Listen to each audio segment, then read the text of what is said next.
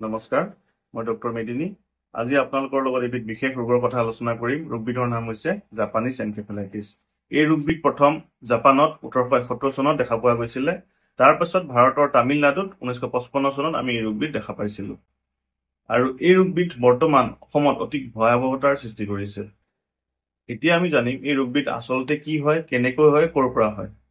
Japanese encephalitis ৰোগবিধ, যাক আমি চমুকৈ জেই বুলি কওঁ, এই ৰোগবিধ এবিধ ভাইৰাছৰ পৰা হয়, যাৰ নাম হৈছে জাপানীজ এনকেফেলাইটিছ ভাইৰাছ।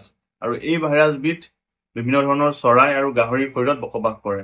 আৰু এই ভাইৰাছবিধে আপোনাৰ গাহৰিৰ শৰীৰত অতি ক্ষিপ্ৰতাৰে বংশবৃদ্ধি কৰে। মে' মাহৰ পৰা আগষ্ট মাহৰ ভিতৰত বিশেষকৈ এই ভাইৰাছবিধৰ সংক্ৰমণটো বাঢ়ি যায়। সহজ ভাষাত বুজিবলৈ হ'লে জাপানীজ এনকেফেলাইটিছ হৈছে মগজুৰ জ্বৰ। আৰু এই ৰোগ কেনেকৈ বিয়পে? যেতিয়া কিউলেক্স নামৰ মহটোৱে গৈ ভাইৰাছ থকা আপোনাৰ গাহৰি বা চৰাইটোক কামোৰে, তাৰপিছত একেই মহটোৱে আহি আকৌ আমাৰ শৰীৰত কামোৰে, তেতিয়া আমি এই ৰোগত আক্ৰান্ত হ'ব পাৰোঁ। আমাৰ অসমত এতিয়ালৈকে আমি 2025 চনত 26 গৰাকী ৰোগীৰ মৃত্যু খবৰ পাইছোঁ। আৰু এই ৰোগবিধ অতি ভয়ানক, কাৰণ যদিহে 10 গৰাকী ৰোগীৰ ক্ষেত্ৰত এই বেমাৰবিধ দেখা যায়, তেনেহ'লে 2 পৰা 3 গৰাকী ৰোগী মৃত্যুমুখত পৰে।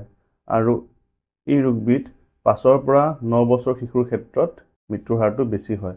আৰু সিদিনা কাৰ্বি আংলঙত আমি প্ৰথমটো জেই আক্ৰান্তৰ মৃত্যুৰ খবৰ পাইছোঁ। গতিকে আমি সকলোৱে সাৱধানতা অৱলম্বন কৰিব লাগিব। এতিয়া আমি এই ৰোগবিধৰ লক্ষণসমূহৰ বিষয়ে আলোচনা কৰিম। প্ৰথমটো হৈছে অতিমাত্ৰা জ্বৰ। জ্বৰৰ লগতে মূৰৰ বিষ, বমি লগা, পেটৰ বিষ হোৱা, পাতল পায়খানা হোৱা, আৰু কেতিয়াবা কি হয়, ৰোগীজন সংজ্ঞাহীনো হৈ পৰিব পাৰে।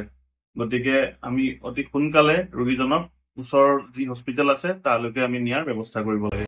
জেই ৰোগত আক্ৰান্ত ৰোগীক আমি ঘৰত কি কৰিব পাৰোঁ? প্ৰথমে আমি এখন গামোচা বা ৰুমাল ল'ম। তাৰপিছত সেই ৰুমালখন বা গামোচাখন পানীত তিয়াই লৈ ৰোগীজনৰ কপালৰ পৰা ভৰিলৈকে গোটেই শৰীৰটো আমি ভালদৰে মচি পেলাওঁ। তাৰপিছত বিচনী বা ফেনেৰে তেওঁ শৰীৰটো ঠাণ্ডা পেলাবলৈ চেষ্টা কৰিম। কেতিয়াবা কি হয়, ৰোগীজনে যদি বমি কৰি আছে বা অজ্ঞান হৈ পৰিছে বা ফিট হৈ গৈছে, তেনেহ'লে আমি ৰোগীজনক আমি মুখেৰে একো নোখোৱাওঁ। আৰু ৰোগীজনক আমি একাটিকৈ খুৱাই দিম। একাটিকৈ খুৱাই দিয়াৰ পিছত মাজে মাজে পৰিষ্কাৰ কাপোৰেৰে তেওঁৰ মুখৰ লেলাৱটিবোৰ আমি চাফা কৰি দিম। আৰু তৎক্ষণাত যিমান পাৰি সোনকালে আমি ওচৰৰ হস্পিটেললৈকে নিয়াৰ ব্যৱস্থা কৰিম। এতিয়া আমি আলোচনা কৰিম আমি এই বেমাৰৰ পৰা কেনেকৈ দূৰত থাকিব পাৰিম। প্ৰথমটো হৈছে ভেকচিন। চৰকাৰে আমাক ভেকচিনৰ সুবিধা কৰি দিছে। প্ৰথমটো ভেকচিন 9 মাহ কমপ্লিট হোৱাৰ পিছত ল'ব পাৰি, আৰু দ্বিতীয়টো ভেকচিন 16 পৰা 24 মাহৰ ভিতৰত ল'ব পাৰি।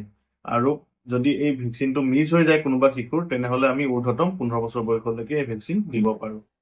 দ্বিতীয়তে হৈছে আমি মহৰ পৰা দূৰত থকা।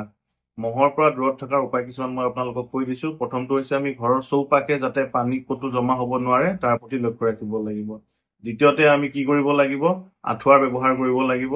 এই মহবিধে বিশেষকৈ ৰাতি আৰু পুৱতি নিশাহে বেছিকৈ কামোৰে। গতিকে আমি আঁঠুৱা ব্যৱহাৰ কৰিলে আমি এই মহৰ কামোৰৰ পৰা দূৰত থাকিব পাৰিম। তৃতীয়তে হৈছে আমি যদি কোনোবাই গাহৰি পালন কৰিছে, সেই গাহৰি আমি কমেও 100 মিটাৰ বা 150 মিটাৰ দূৰতহে পালন কৰিব লাগে। আমি ঘৰৰ ওচৰত যাতে গাহৰি পালন নকৰোঁ, তাৰ বাবে আমি লক্ষ্য ৰাখিব লাগিব। যদিহে আপোনালোকে এই ভিডিঅ'টো দৰকাৰী বুলি ভাবিছে, তেনেহ'লে আপোনাৰ প্ৰিয়জনৰ লগত শ্বেয়াৰ কৰক। আৰু স্বাস্থ্য সম্পৰ্কীয় বিভিন্ন বিষয়সমূহ সহজ ভাষাত বুজিবলৈ বা চাবলৈ মোৰ এই পেজটো ফ'ল' কৰক। ধন্যবাদ।